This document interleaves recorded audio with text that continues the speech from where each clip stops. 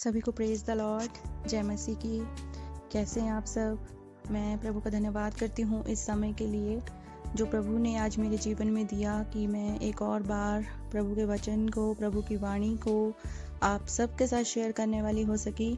तो वचनों में जाने से पहले आइए हम एक छोटी सी प्रार्थना करते हैं। हालेलुया। धन्यवाद यीशु राजा, महान सामर्थी परमेश्वर, आपका धन्यवाद करते पिता। इस सुंदर समय के लिए आपका धन्यवाद करते हैं प्रभु जी। मैं आपका धन्यवाद करती हूँ कि आपने मुझे ये मौका दिया, ये अवसर दिया पिता, कि एक और बार मैं आपके वचन को, आपकी वाणी को आपके लोगों के साथ शेयर करने वाली हो सकी। पिता, आज के वचनों से आप हम सभी से बात करें पिता। इन वचनों को समझने में और समझाने में आपका पवित्र आत्मा हमें गाइड करे, आपका सामर्थ हम पे काम करे पिता। प्रभु यीशु मसीह जी, जितने भी लोग पिता इस वचन को सुने, सभी का मन फिराव हो और सब आपके स्वर्ग राज में ग्रहण योग्य हो पिता परमेश्वर। और प्रभु यीशु मसीह जी, बोलने वाली मैं नहीं आप हो, जुबान मेरी लेकिन शब्द आपकी ओर से हो। प्रभु यीशु के नाम से इस प्रार्थना को मांगते और पा लेते हैं, आमीन। तो सच में प्रभु का धन्यवाद हो इस समय के लिए। तो आज हम आदम के जीवन से कुछ सीखने की कोशिश करेंगे। आज हम जो है आदम के बारे में पढ़ेंगे। तो आप निकालिए मेरे साथ उत्पत्ति 2 अध्याय और उसकी 17वीं आयत। उत्पत्ति 2:17 में लिखा है, पर भले या बुरे के ज्ञान का जो वृक्ष है उसका फल तू कभी ना खाना, क्योंकि जिस दिन तू उसका फल खाएगा उसी दिन अवश्य मर जाएगा। तो यहाँ पे आप देखेंगे कि परमेश्वर ने आदम को एक आज्ञा दी थी। तो इस आज्ञा को ढंग से समझाने से पहले मैं चाहती हूँ कि आप इसका थोड़ा सा पहले का, वैसे आपने पढ़ा भी होगा, सुना भी होगा, लेकिन आज हम फिर से एक बार थोड़ा पीछे में जाएंगे और देखेंगे कि ये आज्ञा देने से पहले आदम को क्या कहा गया था। तो जैसे कि आप जानते हैं कि आदम, ये देखिए आप उत्पत्ति 2 उसकी 9वीं आयत में वचन में लिखा है, और यहोवा परमेश्वर ने भूमि से सब भांति के वृक्ष जो देखने में मनोहर और जिनके फल खाने में अच्छे हैं उगाए, और वाटिका के बीच में जीवन के वृक्ष को और भले या बुरे के ज्ञान के वृक्ष को भी लगाया। तो आप यहाँ पे देख सकते हैं कि परमेश्वर ने जो वाटिका बनाई थी जिसमें आदम को रखा था, उसमें आदम के लिए भांति भांति के वृक्ष, मतलब हर तरह के वृक्ष थे, जिसमें कई मन भावने और बहुत ही अच्छे फल थे जो खाने में भी अच्छे थे। इस तरह की पूरे ऐशो आराम की जिंदगी जो है आदम को दी थी। मतलब कि हम बोल सकते हैं कि सारी ब्लेसिंग वहाँ पे उसके लिए रखी गई थी। उस वाटिका में बताया जाता है कि परमेश्वर ने जो है 2 तरह के वृक्ष भी लगाए थे, जिसमें एक भले और बुरे का वृक्ष था, और दूसरा जो भले और बुरे के ज्ञान का वृक्ष था, और जो दूसरा था वो जीवन का वृक्ष था। तो अब आप आगे देखिए कि जब उत्पत्ति 2:16 में जो है लिखा गया है कि और यहोवा परमेश्वर ने आदम को यह आज्ञा दी, तू वाटिका के सब वृक्षों का फल बिना खटके खा सकता है, पर भले या बुरे के ज्ञान का जो वृक्ष है उसका फल तू कभी ना खाना, क्योंकि जिस दिन तू उसका फल खाएगा उसी दिन अवश्य मर जाएगा। तो आइए अब हम इसकी थोड़ी गहराई में चलते हैं।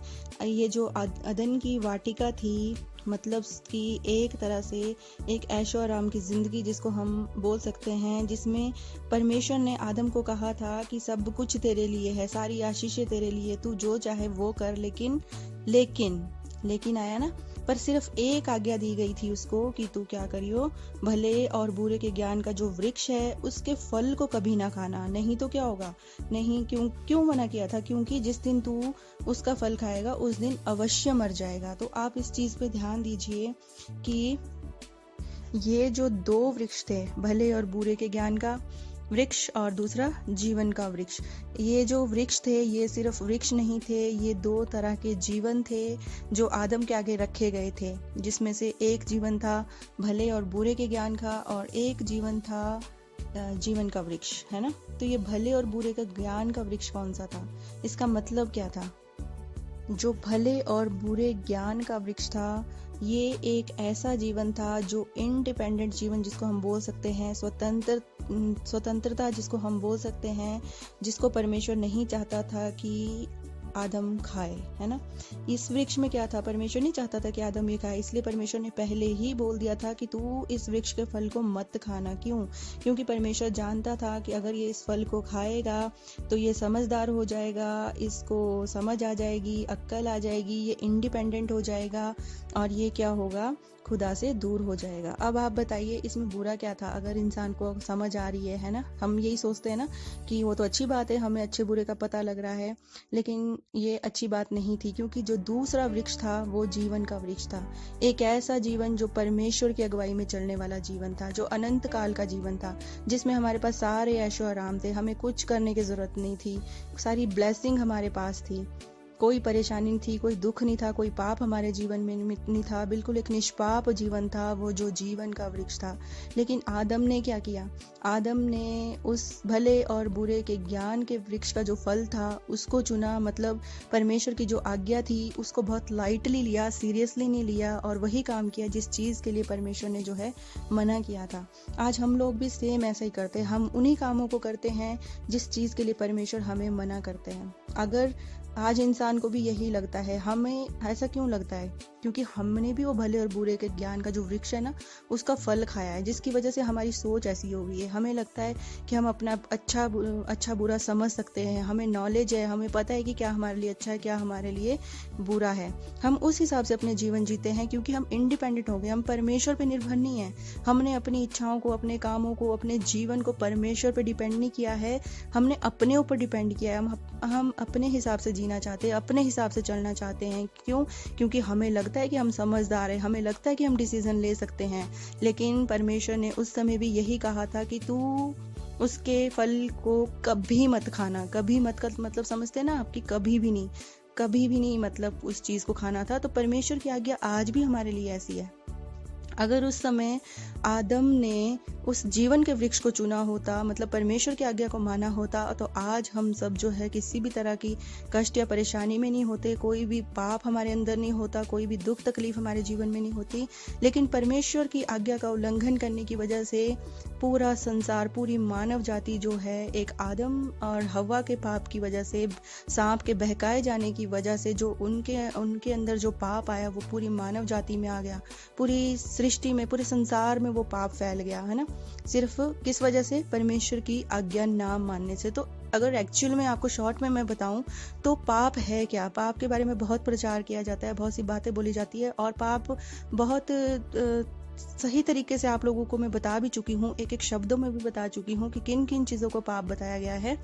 लेकिन सही मायने में अगर मैं आपको शॉर्टकट में बताऊं तो पाप क्या है? पाप का मतलब है परमेश्वर की आज्ञा का विरोध करना। कोई भी ऐसी बात जो परमेश्वर के विरोध में है, जिस चीज़ के लिए परमेश्वर ने हमें मना किया है, प्रभु ने हमें मना किया है, कोई भी ऐसा काम अगर हम करते हैं तो वो एक पाप है। और जो पाप है वो हमें परमेश्वर से दूर करता है, हमारे बीच में अलगाव को पैदा करता है, जिसकी वजह से हम जो प्रभु से दूर हो जाते हैं, है ना, अपनी आशीषों से दूर हो जाते हैं, अपनी ब्लेसिंग से दूर हो जाते हैं, जिससे हम जो अपने हमें अच्छा लगता है हम वो करते हैं, लेकिन हम परमेश्वर की इच्छा को नहीं जान पाते हैं।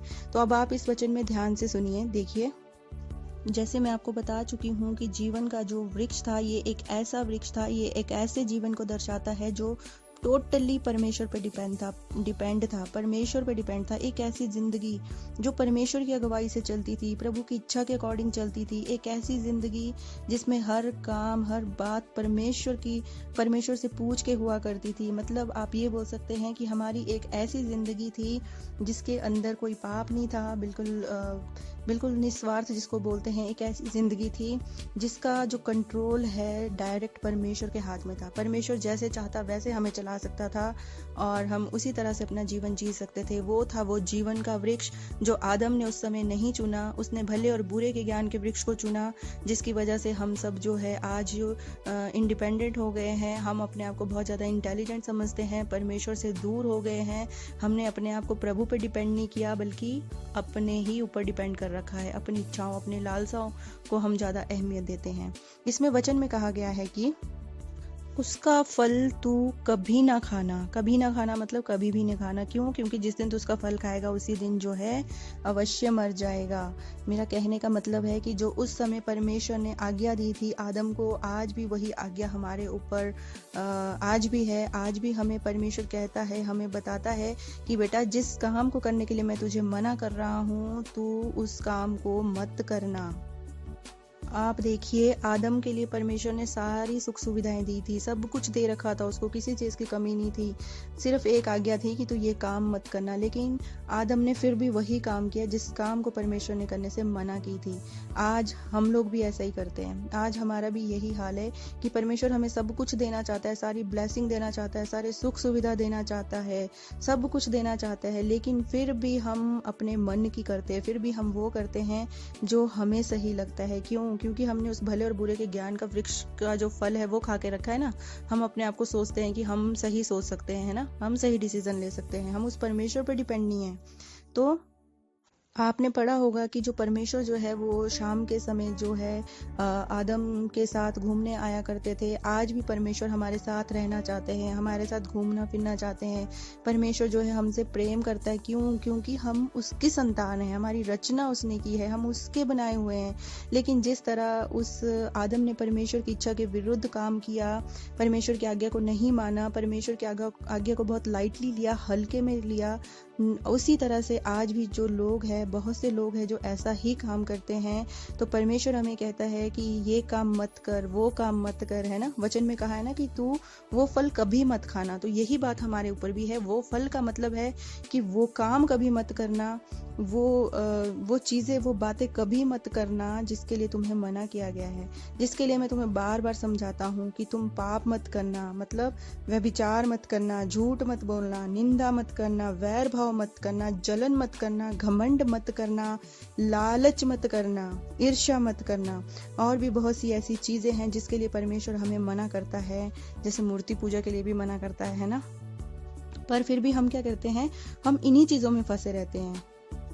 इसका कारण आप जानते ही हैं कि क्यों। जो गलती हमारे आदम ने और हमारी आदि माता हव्वा ने की थी लालच में पड़ के, वही चीज़ें हम भी जो है दोहराए जा रहे हैं। हम सीख नहीं रहे इन चीज़ों से, हम इन चीज़ों को आगे कंटिन्यू कर रहे हैं, फॉलो कर रहे हैं, जबकि ये सब हमें सिखाने के लिए है, समझाने के लिए है कि जो गलतियाँ उस टाइम हो चुकी है हम उन गलतियों को ना दोहराए। पर ऐसा नहीं है, आज भी हम वही काम करते हैं। परमेश्वर के वचन में साफ कह दिया है कि तू वो फल कभी मत खाना। मतलब आज परमेश्वर मुझे और आपको साफ कह रहा है कि जिस काम के लिए तुम्हें मना किया है वो काम तू कभी मत करना, क्योंकि जिस दिन तू उसका फल खाएगा उसी दिन अवश्य मर जाएगा। देख लिए, ये चेतावनी हमें स्टार्टिंग से ही मिल चुकी है। उत्पत्ति से ही, आदम के समय से ही जो है हमें ये चेतावनी मिल चुकी थी। ये जो चेतावनी आपको मैं बता रही हूँ ये हमें समझाने के लिए कि जो गलतियाँ उन्होंने की वो हमें नहीं दोहरानी है। मतलब जैसे इसमें कहा ना कि वो फल कभी नहीं खाना, मतलब वो गलतियाँ कभी नहीं करना। कौन सी गलतियाँ हैं, थोड़ा सा आप उसको गहराई से सोच के देखें। उन फलों का मतलब है कि तू कभी उन चीज़ों की, जिस चीज़ों की, जिन बातों को करने की परमेश्वर ने परमिशन नहीं दी है, प्रभु ने आज्ञा नहीं दी है, वो नहीं करनी है। ऐसा नहीं है कि प्रभु बोल रहा है कि झूठ मत बोलना और हम बोलते हैं कि चलो प्रभु आज का दिन बोल लेते, कल से छोड़ दूंगा या छोड़ दूंगी, है ना। प्रभु बोलता है कि तू किसी भी चीज़ का लालच मत कर, और हम क्या बोलते हैं कि प्रभु बस ये चीज़ ये मिल जाए हमें, बस एक बार मिल जाए, फिर नेक्स्ट टाइम से तो हम नहीं मांगेंगे, हम नहीं लालच करेंगे। प्रभु बोलता है कि तू मूर्ति पूजा मत करना, पर हम बोलते हैं कि प्रभु आज मजबूरी है, आज तो हमारी प्रॉब्लम को समझ जा, कल जब सब ठीक हो जाएगा तो हम मूर्ति पूजा भी छोड़ देंगे। जो ऐसी ऐसी कंडीशंस है, ऐसी ऐसी शर्तें जो है वो प्रभु के आगे मत रखना, क्योंकि वचन में साफ कहा गया है कि तुम ऐसे फल कभी नहीं खाना। मतलब ऐसे काम कभी नहीं करना जो परमेश्वर के विरोध में है, जिस चीज़ के लिए परमेश्वर तुम्हें मना कर चुका है। क्यों? क्योंकि अगर तुम खाओगे, मतलब अगर तुम ऐसा काम करोगे तो निश्चय मरोगे। और कैसे मरेंगे आप जानते हैं, हम शरीर में नहीं, आत्मा में मरेंगे। अगर हम ऐसे काम करेंगे जो परमेश्वर के विरोध में हैं, तो शरीर से हम बेशक जिंदा रहे, पर आत्मा में हमारा मरना निश्चित है। ये चीज़ें जो शारीरिकता को, संसारिकता को दर्शाती है, जो हमें पाप में गिराती है, जो शैतान की लालसाओं को पूरा कराती है, ये आपको शरीर में तो जिंदा रखेगी लेकिन आत्मा में मार देगी। और आप सभी जानते हैं कि परमेश्वर के पास शरीर नहीं, आत्मा जाएगी। और शैतान क्या करता है, उसी आत्मा को परमेश्वर से दूर करता है। कैसे करता है? आपको इन्हीं कामों में फंसाकर, उन्हीं कामों में जो परमेश्वर के विरोध में है, आपको लालसाओं में फंसाएगा, स्वार्थ में फंसाएगा, व्यभिचार में फंसा देगा, इस दुनियावी ऐशो आराम को दिखाकर आपको भरमा देगा, है ना। बहुत सारी चीज़ें ऐसी है जो शैतान करवाता है अपने ही लोगों के जरिए, या किसी भी तरीके से शैतान जो है अपना काम करवाता है। क्यों? ताकि आप परमेश्वर से दूर हो जाए। जैसे उस समय किया ना उसने काम, आदम और हवा को बहका के परमेश्वर से दूर कर दिया, नहीं तो परमेश्वर उनके साथ घूमता था। सेम आज भी शैतान ऐसा ही काम करता है हमारे बीच में। हमसे हर वो काम करवाएगा जिससे हमारे और परमेश्वर के बीच में अलगाव पैदा हो और हम परमेश्वर से दूर हो जाए। आप बताइए कि क्यों परमेश्वर हमें ऐसी आज्ञा देता है कि तू चोरी नहीं कर, तू झूठ नहीं बोल, तू लालच ना कर, तू व्यभिचार ना कर। ये तो परमेश्वर की बात है। मैं नॉर्मली बात करूंगी। आप अपने नजदीकी रिश्ते में देखिए, आपके घर में कोई छोटा बच्चा है, आपका बच्चा है या कोई भी है, आप क्या अपने बच्चे में चाहेंगे कि वो लालची हो? क्या आप चाहेंगे कि वो व्यभिचार में पड़ा हो? क्या आप चाहेंगे कि वो नशे में हो? क्या आप चाहेंगे कि वो सारे ऐशो आराम को पूरा करने के चक्कर में सारे गलत काम करे, हत्याएं कर दे, या कुछ भी, मतलब अपनी चीज को पूरी, अपनी बातों को मनवाने के लिए किसी भी हद तक गिरे? क्या आप लोगों के सामने बोल पाएंगे कि ये मेरा बेटा है, ये मेरी बेटी है, जो दुनिया भर का लालची है, जो अपने स्वार्थ को पूरा करने के लिए कुछ भी कर सकता है, जो अपनी इच्छाओं को पूरी करने की किसी की हत्या भी कर सकता है, जो पूरी तरह से गंदे कामों में लिप्त है, गंदे कामों में इन्वॉल्व है? क्या आप उसको दुनिया के सामने अपना बेटा या अपनी बेटी, अपनी संतान एक्सेप्ट कर पाएंगे? नहीं कर पाएंगे ना। हम भी ये चाहते हैं कि जो हमारे बच्चे हो वो बहुत ही सेंसिटिव हो, समझदार हो, लोगों के बीच में एक हमारी इमेज बने कि कितने अच्छे संस्कार दिए इन्होंने अपने बच्चे को। तो परमेश्वर भी हमसे यही चाहता है, क्योंकि उसने हमारी रचना की है, हमें उसने बनाया है, उसने अपने हाथों से हमें बनाया है। तो वो भी चाहता है कि मेरी जो संतान है बिल्कुल पवित्र हो, ऐसी हो कि लगे कि परमेश्वर की संतान है, जिसमें कोई बुरी चीज ना हो, बुरी आदत ना हो, बुरे काम ना हो, जो पाप से लिप्त ना हो। सेम इसी तरह परमेश्वर की भी इच्छा है। अगर परमेश्वर हमसे इन सब चीजों की डिमांड करता है तो क्या गलत करता है, आप बताओ, है ना। हम बोलते हैं ये इतना आसान काम नहीं है, तो हम अपने बच्चों को भी कैसे बोल सकते हैं? अगर हमारे बच्चे कल को नशे में पड़ जाए, व्यभिचार में पड़ जाए, चोरियां करने लगे, झूठ बोलने लगे, है ना, कोई भी गलत काम करने लगे, तो और हमारे बच्चे हमें आके बोले कि ये पॉसिबल नहीं है, आप तो बोल देते पर ये इतना आसान नहीं है, तो आप क्या करेंगे, आप बताओ। लेकिन हमारे पास परमेश्वर का जीवित कलाम है, हमारे पास परमेश्वर खुद है जो खुद आके बोल रहा है। तो अगर आप उसकी संतान हैं तो उसकी बातों को भी मानेंगे। सबसे बड़ी बात तो ये है, ठीक है। तो जो आपको फल खाने को मना की गई है वो फल नहीं खाना है, नहीं तो क्या होगा कि हम आत्मा में मर जाएंगे। आत्मा में मरना हमारा निश्चित है, जो एक बहुत ही भयानक मौत होगी, जो हमें स्वर्ग नहीं हमें नर्क की आग में धकेल देगी, जहां से परमेश्वर हमें जो है बचाना चाहता है। तो अभी भी समय है आप सबके पास कि आप वापस आइए, अपने इन बाहर निकलिए, अपने इन शारीरिक कामों से, सांसारिक बातों से, अपनी व्यर्थ की लालसाओं से, अपने स्वार्थ से, घमंड से, अपनी झूठी आस्थाओं से, हर चीज से अपने आप को बाहर निकालने की कोशिश कीजिए, क्योंकि परमेश्वर आपसे प्रेम करता है। उसने मुझे और आपको बनाया, वो हमसे बहुत प्रेम करता है। वो चाहता है कि हम उस जीवन के वृक्ष को चुने जिसमें आत्मिक फल लगे हैं, आत्मा के फल लगे हैं, जो आपको मरने से बचाएगा, जो आपको स्वर्ग लेके जाएगा, जो आपको अनंत जीवन देगा। परमेश्वर हमें वैसा जीवन देना चाहता है, बिल्कुल साफ सुथरा, निष्पाप, और जिसमें किसी तरह का कोई भी पाप ना हो, शैतान का कोई भी गुण ना हो। तो आप परमेश्वर के उस प्यार को समझिए, उसकी आज्ञाओं को समझिए और उसे अपने जीवन में लागू करने का फैसला लीजिए। अगर आपके अंदर से आज आपको आत्मा अगुवाई कर रही है ना कि आप सच में उस परमेश्वर की संतान हैं, तो मैं पूरा विश्वास करती हूँ कि ये वचन आपके जो है पूरी तरह से अंदर बसेंगे, और आप कोई भी गलत काम करने से पहले आप एक बार जरूर सोचेंगे कि आप परमेश्वर की संतान है कि किसकी संतान है। अगर परमेश्वर की संतान है तो आपका आत्मा आपको अंदर से अगुवाई करेगा कि बेटा, मेरी बेटी, ये काम मत कर, ये मेरे विरोध में है, ये मुझे पसंद नहीं है, ये तुझे नर्क लेके जा सकता है। तो आप इन चीजों को जरूर याद रखना। तो अब जो फैसला है वो आपका है। क्या आज भी आपको आदम और हव्वा की तरह भले और बुरे के वृक्ष के फल को खाना है, अपने आप को इंटेलिजेंट बनाना है, अपने आप इंडिपेंडेंट रहना है, अपनी मर्जी से जीवन जीना है, या आज आपको उस जीवन के वृक्ष को चुनना है जो कि हमारा अनंत काल का जीवन है, जो परमेश्वर की इच्छा से चलता है, परमेश्वर की अगुवाई में चलता है, जिसमें हमारी हर छोटी बड़ी जो भी ज़रूरतें हैं, बातें हैं, काम है, उसका डिसीजन डायरेक्ट परमेश्वर लेगा। तो आपके ऊपर डिपेंड है कि आपको जीवन के वृक्ष को चुनना है या आदम और हव्वा की तरह भले और ज्ञान के बुरे के वृक्ष को। तो मैं समझती हूँ कि आप समझ चुके हैं कि आज परमेश्वर ने आपसे क्या बात की है। तो इन वचनों से प्रभु आप सभी को ब्लेस्ड करे। God bless you all. जय मसीह की।